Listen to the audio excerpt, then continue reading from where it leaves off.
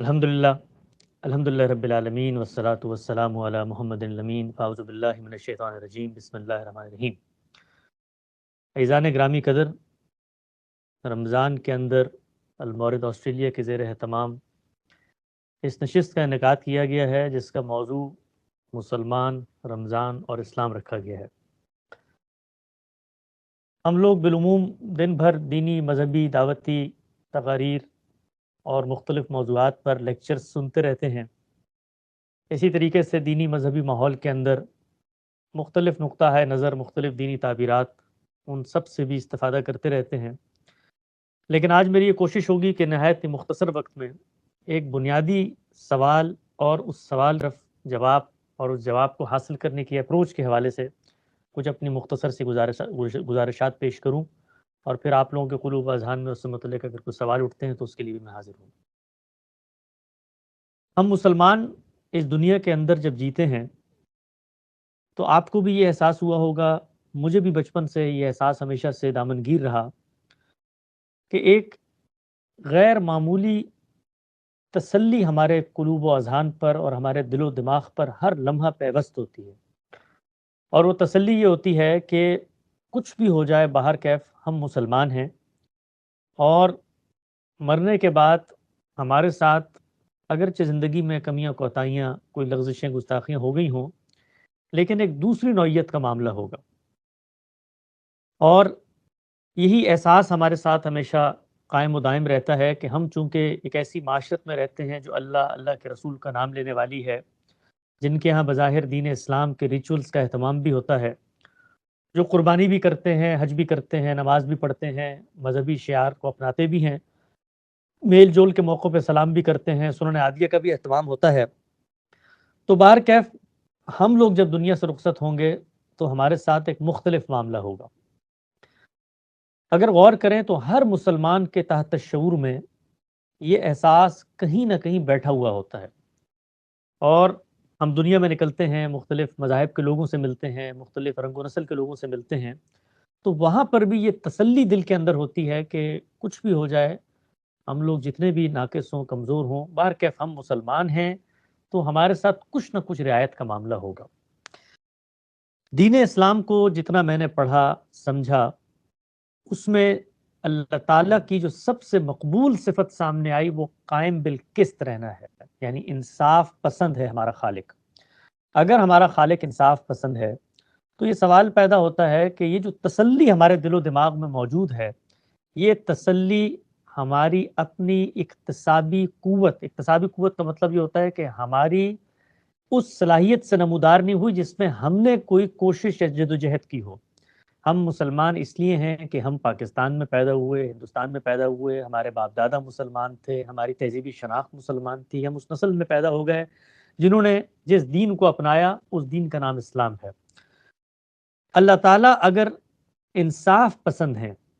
تو انصاف پسند ہونے کا یہ لازمی تقاضا ہے کہ کوئی پریولیج بھی دنیا کے اس امتحان میں کسی کو حاصل نہ ہو۔ لیکن ہم لوگ یہ دیکھتے ہیں کہ ہم لوگوں کو ایک پریولیج حاصل ہے، اور وہ پریولیج یہ ہے کہ ہم مسلمان گھروں میں پیدا ہو گئے، اور یہی ہمارے لیے باعث تسلی بنتی ہے۔ میں نے اس سوال پہ طالب علمانہ غور کیا اور اس کو سمجھنے کی کوشش کی کہ اس دنیا میں اگر ہم سب کا یکساں امتحان تھا تو ہم لوگوں کو، جن کو اللہ نے مسلمان بنا دیا ہے، ان کو نہ صرف ایک طرف یہ تسلی مل جاتی ہے اس بات سے کہ ہم مسلمان ہیں، دوسری طرف تلاش حق اور علم کی جستجو کا جو امتحان اور سفر تھا، اس میں بھی ہم اس طرح سے شریک نہیں ہوتے جس طریقے سے دنیا بھر کے لوگ اس میں شریک ہوتے ہیں۔ ایک ہندو کو دیکھیے، ایک مسیحی کو دیکھیے، تو کتنا مشکل امتحان ہے کہ وہ مسیحیت میں پیدا ہوا، اس کے باپ دادا اسی کو ٹھیک کہہ رہے ہیں، وہ ہندوازم میں پیدا ہوا، جینازم میں پیدا ہوا، بدھ مت میں پیدا ہوا، تو اب اس کے لیے بہت مشکل ہے یہ بات کہ پہلے وہ اپنی تہذیبی روایت کی نفی کرے، پھر آباء و اجداد کے افکار کی نفی کرے، پھر اس کے بعد تلاش حق کی جستجو کا مسافر بنے، پھر جا کے الہامی روایت کو پڑھے، اس کے اندر بھی جوڈائزم کھڑا ہوا ہے، عیسائیت، مسیحیت، نصرانیت کھڑی ہوئی ہے، پھر جا کے کہیں اسلام کی باری آتی ہے، پھر اسلام کی بھی اتنی تعبیرات ہیں، تو اتنا مشکل امتحان اس کا اور اتنا آسان امتحان میرا کہ سب کچھ مجھے میری جھولی میں رکھ کے دے دیا گیا۔ میرے ماں باپ، میرے باپ دادا اسی خدا کی پکار مجھ تک پہنچاتے ہیں، اسی رسول کی بات مجھ تک پہنچاتے ہیں، تو انصاف کے تقاضے کے مطابق یہ امتحان یکساں نہیں رہا۔ جب یہ امتحان یکساں نہیں رہا تو یہاں ایک بہت بڑا سوال پیدا ہوا کہ خالق اگر انصاف پسند ہے اور دنیا میں وہ لوگوں کا امتحان کرنا چاہتا ہے تو اس میں ہم لوگوں کی یہ پریولیج جو ہے اس کا کیا مقصد ہے؟ پریولیج تو ہے، پریولیج تو قائم ہے، اس میں تو کوئی دو رائے نہیں ہو سکتی۔ اگر ہم مسلمان گھرانے میں پیدا ہوتے ہیں تو اسلام ہمیں ہماری جھولی میں مل جاتا ہے۔ تو جس وقت قرآن مجید کے پاس آپ اس سوال کا جواب لینے کے لیے جاتے ہیں تو وہ ہمیں یہ بات بتاتا ہے کہ یہ جو کچھ تمہارے ساتھ ایک ایکسٹرا آرڈنری معاملہ ہو چکا ہے کہ خدا کی ہدایت تمہاری تہذیبی روایت میں، تمہاری معاشرت میں، تمہارے ملکوں میں، تمہارے سماج میں، تمہارے خاندان میں جاری کر دی گئی ہے، یہ خدا کی عنایت تو ہے، خدا کا فضل و کرم، احسان و اکرام تو ہے،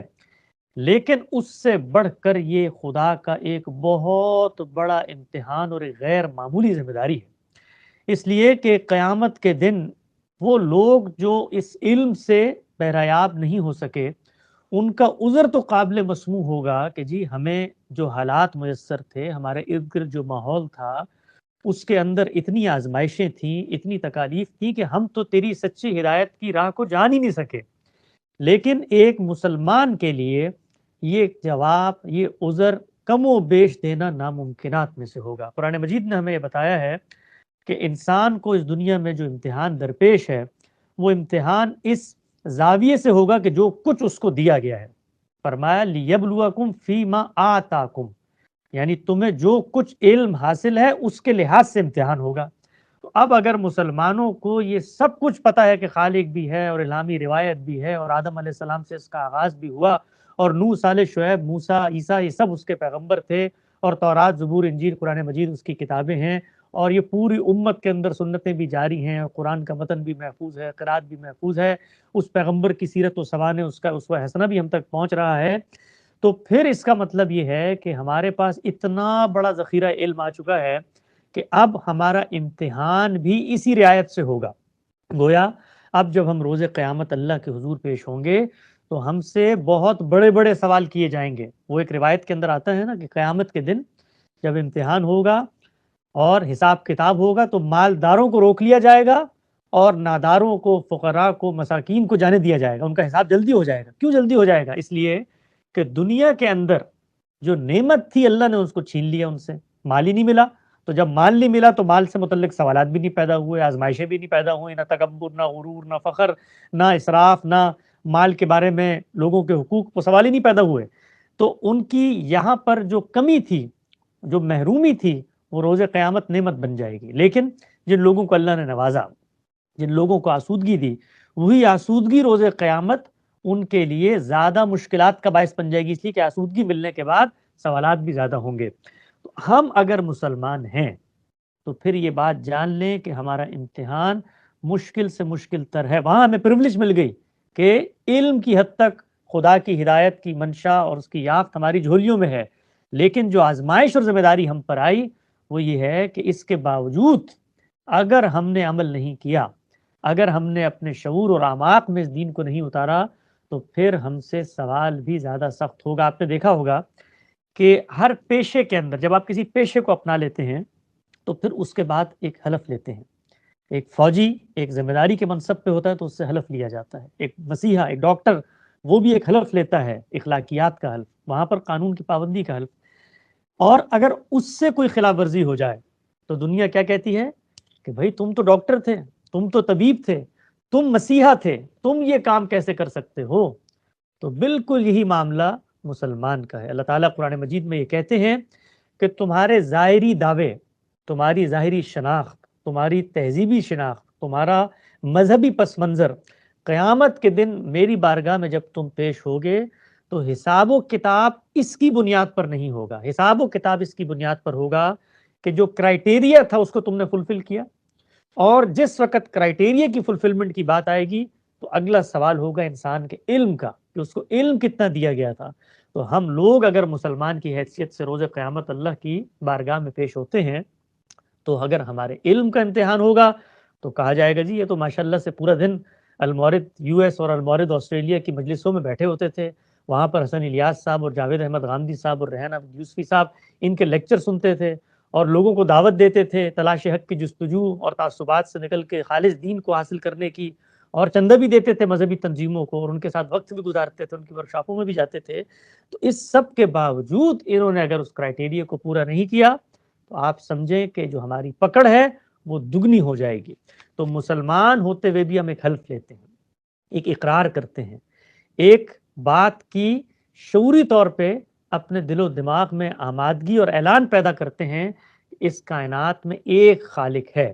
اگر ایک خالق ہے تو اب اپنے تمام تر تعلقات کا ظہور اس کی ذات سے ہوگا، کائنات کے تمام تر مسائل کو میں اس کے زاویے سے دیکھوں گا، میرا ایک ورلڈ ویو ڈیولپ ہوگا، اور اس ورلڈ ویو میں جو کچھ مجھے خالق بتائے گا اس کے لحاظ سے میری زندگی کا لائے عمل مرتب ہوگا۔ اگر ایک خالق ہے، وہ حی و قیوم ہے، وہ مالک الناس الہ الناس ہے، تو پھر اس کے ساتھ تین جہات سے میرا تعلق بنتا ہے، ایک پرستش کی جہت ہے، ایک اطاعت کی جہت ہے، ایک نظر کی جہت ہے۔ یہ جو نماز ہے یہ اصل میں پرستش کے اس جذبے کا اظہار ہے، جذبہ عبودیت۔ میں نعمتوں سے مستفید ہوتا ہوں، اس سے شکر و سپاس کے جذبہ میرے اندر پیدا ہوتا ہے، تو میں اس منعم حقیقی کے سامنے اپنی جبین کو جھکانا چاہتا ہوں۔ یہی معاملہ اطاعت کے اس تعلق میں ہوتا ہے۔ یہ روزہ کیا ہے؟ یہ اسی اطاعت کے جذبے کا اظہار ہے۔ خالق نے کہہ دیا کہ وہ چیزیں جو تمہارے لیے جائز تھیں ان کو تم نے اپنے اوپر صبح سے شام تک ممنوع قرار دینا ہے، تو اب یہ اس کی اطاعت کا دم بھرتا ہوں میں جو یہ سب کچھ نہیں کرتا۔ اور تیسری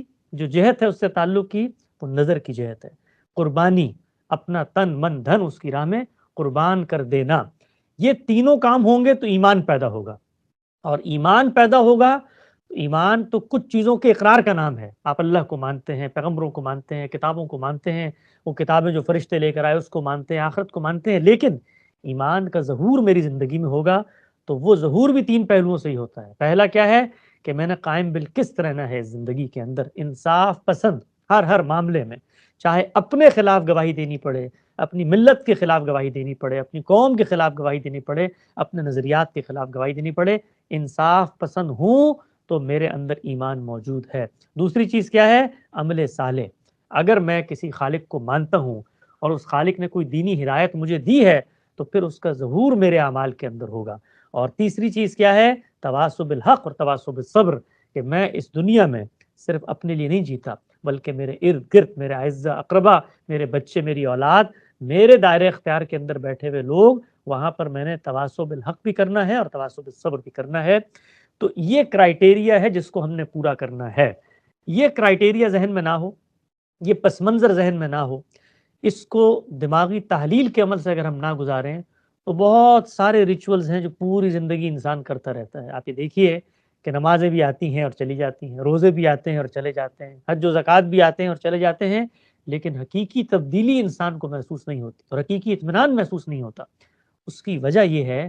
کہ جو اسلام اور مسلمانی کی پریولیج ہمیں حاصل ہے، ہم اس ذمہ داری اور اس احساس کو پہچاننے کے بجائے اس کو ایک اپنے لیے خدا کی عنایت سمجھتے ہوئے اور خدا کی طرف سے تسلی سمجھتے ہوئے اپنے آپ کو اس محنت سے دور کر لیتے ہیں، اس لیے کہ بظاہر ہمیں لگ رہا ہوتا ہے کہ ہم تو اس معاشرت میں جی رہے ہیں جس کے ناجی ہونے کے لیے، جس کے نجات یافتہ ہونے کے لیے اللہ تعالیٰ نے قرآن مجید میں ہمیں خوشخبری دے دی ہے۔ تو ہم اگر مسلمان ہیں تو ہمارا امتحان بہت سخت ہے، اور اگر امتحان سخت ہے تو اس امتحان کی شعوری تیاری ہم نے کرنی ہے۔ اور یہی بات آپ یہ دیکھیے کہ شریعت کے احکام میں بھی نمایاں ہوتی ہے۔ اللہ تعالیٰ نے جب آپ اسلام قدم بھرتے ہیں اور کہتے ہیں کہ میں مسلمان ہوں، اور پھر کوئی ایسا کام کرتے ہیں کہ جو اللہ کو پسند نہیں ہے، کسی کی جان مال آبرو کے خلاف تعدی اور زیادتی کرتے ہیں، تو اللہ تعالیٰ کہتا ہے کہ پھر میں بدلہ لیتا ہوں۔ کس چیز کا بدلہ لیتا ہوں؟ نکالم من اللہ، اللہ کا بدلہ ہے اس چیز کے بارے میں جو کچھ تم نے کیا ہے۔ تم مسلمان تھے، تم نے تب بھی چوری کر دی ہے۔ یہ جو ہاتھ کاٹنے کی سزا ہے یہ اللہ نے ان مومنین کے لیے رکھی ہے کہ جو اللہ کو جانتے مانتے ہوئے یہ کام کر لیتے ہیں، تو پھر اللہ کا عتاب قیامت میں تو آنا ہی آنا ہے۔ تو دنیا میں اگر اللہ کے عتاب سے ہم گزر جائیں تو شاید قیامت کے دن ہم اس عتاب سے بچ جائیں۔ تو یہ خدا کا عذاب ہے، خود قرآن مجید نے اس کو خدا کا عذاب قرار دیا۔ یہ عذاب بھی اصل میں مسلمانوں کو مل رہا ہے۔ دیکھیے بہت اہم نقطے کی بات، اس پہ پھر ہم خاتمہ کرتے ہیں، کہ دنیا کے اندر مسلمانوں کی حکومت ہو اور کوئی غیر مسلم یہ کام کر دے، قرآن کا یہ حکم اس سے متعلق نہیں ہوتا، لیکن کوئی مسلمان چوری کرے تو خدا تعالیٰ کہتے ہیں کہ اس کے ہاتھ کاٹ دو۔ کیا وجہ ہے اس کی؟ اس کی وجہ بھی وہی ہے کہ قیامت کے دن بھی مسلمانوں تمہارے ساتھ یہی معاملہ کروں گا میں، کہ یہ باقی تو شاید بچ جائیں اس معاملے میں، لیکن تم نے تو مجھ سے عہد کیا تھا، تم نے تو وفاداری کا حلف لیا تھا مجھ سے، اور پھر بھی یہ کام کیا، تو اب تمہارا ہاتھ تو کٹے گا ہی کٹے گا، اس کا نہیں کاٹ سکتے ابھی، کیونکہ وہ تو اس شعور کی جگہ پہ کھڑا ہوا نہیں ہے۔ تو اس نقطے کو اگر ہم اپنے ذہن میں، اپنے قلوب و اذہان میں راسخ کر لیں، تو آپ یقین جانیں کہ شاید ہم کبھی کبھی یہ حسرت کریں کہ یار ہم شاید کسی اور مذہب میں پیدا ہوتے تو کوئی عذر پیش کر دیتے، لیکن اب تو عذر پیش کرنے کے لیے بھی کچھ نہیں رہا۔ اور اس سب میں آگے بڑھ کے میں آخر میں خاتمہ کلام میں یہ کہوں گا کہ شاید باقی مسلمانوں کو بھی کچھ نہ کچھ عذر مسموح ہو جائے، کہ وہ کہیں جی کہ ہم مسلمان تو پیدا ہوئے، تہذیبی شناخت بھی مسلمانوں والی تھی، ملک مسلمانوں کا تھا، والدین مسلمان تھے، لیکن جو ہمارا وہ طبقہ ہے جو ان مذہبی دعوتی دینی تحریکوں سے وابستہ ہوتا ہے، اس کے لیے تو یہ عذر بھی دینے کا نہیں، یہ عذر بھی اس کے لیے دینے کا نہیں، اس لیے کہ وہاں تو اللہ میاں کے فرشتے کہیں گے کہ بھائی تم اگر یہ کہتے ہو کہ میں بے شعور مسلمان تھا، تو یہاں پر تو تم تنظیموں کے رکن بن کے بیٹھے ہوئے تھے، یہاں پر تو تم باقاعدہ اپنا مال خرچ کرتے تھے، یہاں پر تو تم آتے تھے اور قرآن سرکل اور کلاسیں اور یہ سب کچھ ہوتا تھا، تو تمہارا عذر کیسے مسموح ہوگا؟ تو یہ بات بہت اچھے طریقے سے ذہن نشین کر لینی چاہیے، مجھے بھی بطور مسلمان کے، آپ کو بھی بطور مسلمان کے، کہ اللہ کی عنایت ہے، یہ شریعت اللہ نے ہمیں دے دی، روشنی ہمیں مل گئی، لیکن روشنی ملنے کے بعد اگر ہم نے اس راہ کی اس مسافرت کو اچھے طریقے سے پار نہیں کیا تو ہم لوگوں کا انجام ٹھیک نہیں ہوگا۔ تو رمضان ہمیں اس چیز کا درس دیتا ہے کہ اللہ کے ساتھ ہم پھر سے اس رشتے کو استوار کریں۔ اگر پورا دن بھوکے ہیں تو اللہ تعالیٰ نے کہا یہ تمہاری بھوک پیاس سے مجھے کچھ نہیں ملتا بھائی، تمہارے اس قربانی سے بھی مجھے کچھ نہیں ملتا، نہ خون مجھے پہنچتا ہے نہ گوشت مجھے پہنچتا ہے، تمہارے سجدے بھی تمہارے تعلق کا اظہار ہے، مجھے کوئی چیز پہنچتی ہے تو وہ خشیت ہے، وہ حدود آشنائی ہے، وہ تقوی کا احساس ہے جو تمہارے قلوب و اذہان میں پیدا ہوتا ہے۔ اقول قولی ھذا واستغفر اللہ لی ولکم ولسائر المسلمین۔